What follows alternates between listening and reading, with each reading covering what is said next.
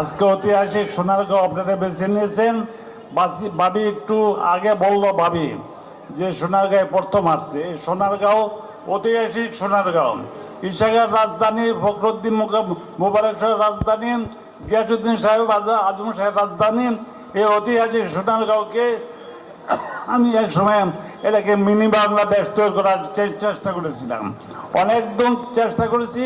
যাক, সেই কথা পরে, যার জন্য আজকে অনুষ্ঠান মতিউর রহমান সাহেব চৌধুরী ভাই, মতি ভাই যারা আমার সংক্ষেপে বলি, তার যে কার্যক্রম মানুষের মাটি ও মানুষের সাথে, এদেশের মানুষের দুঃখ সুখে দুঃখে বিপদে আপদে যে সমস্ত কথা পত্রিকায় তুলে ধরছেন, এরকম খুব কম সাংবাদিক আছে বাংলাদেশের মধ্যে, খুব কম সাংবাদিক আছে।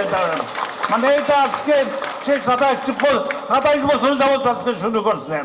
মাঝ দিয়ে আপনারা দেখছেন যে উনি প্রতিদিন রাত 12টার সময় একটা সংবাদপত্র মানে চ্যানেলে আপনারা একটা অনুষ্ঠান করেন। 6টা মাস থাকতে পারে না, বাইর করে দিয়েছে দেশ থেকে এই বিরুদ্ধে কথা বলার জন্য।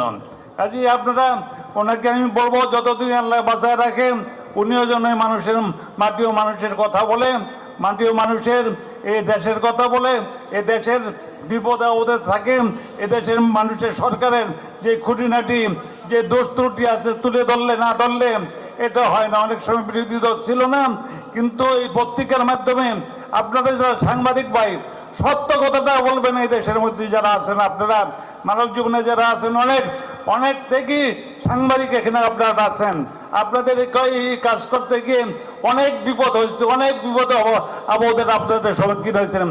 আমাদের মতন আমরা যারা বিএনপি যারা করতাম, আমরা যারা বাড়ি ঘরে থাকতে পারতাম না, হাজার হাজার কর্মী, লক্ষ লক্ষ মামলা, আজকের লক্ষ লক্ষ কর্মী লক্ষ লক্ষ মামলা পড়ে আছেন। কাজেই উনি এই সমস্ত ভয় পাইতেন না। ওনার মতন আরো কয়েকজন শুধু এই দেশের আজকে বাকি জীবন জন্য উনি এইভাবে কাটায় যান। ভাবিও সহযোগিতা নিশ্চয় করেন, ফ্যামিলির থেকে সবাই সহযোগিতা করেন, নতুবা এটুকু সম্ভব হতো না। কাজে ওনাকে আমার অন্তরের অন্তঃস্থল থেকে, সোনারগাঁওবাসীর পক্ষ থেকে, বাংলাদেশের পক্ষ থেকে, বাংলাদেশ জাতীয়তাবাদী দলের পক্ষ থেকে ওনাকে আন্তরিক ধন্যবাদ জ্ঞাপন করছি। উনি যেন তাই ওনার জীবনটা এইভাবে কাটায় যান।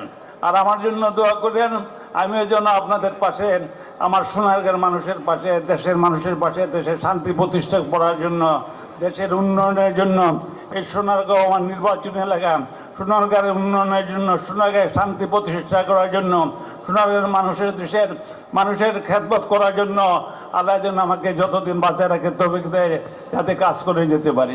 আপনাদেরকে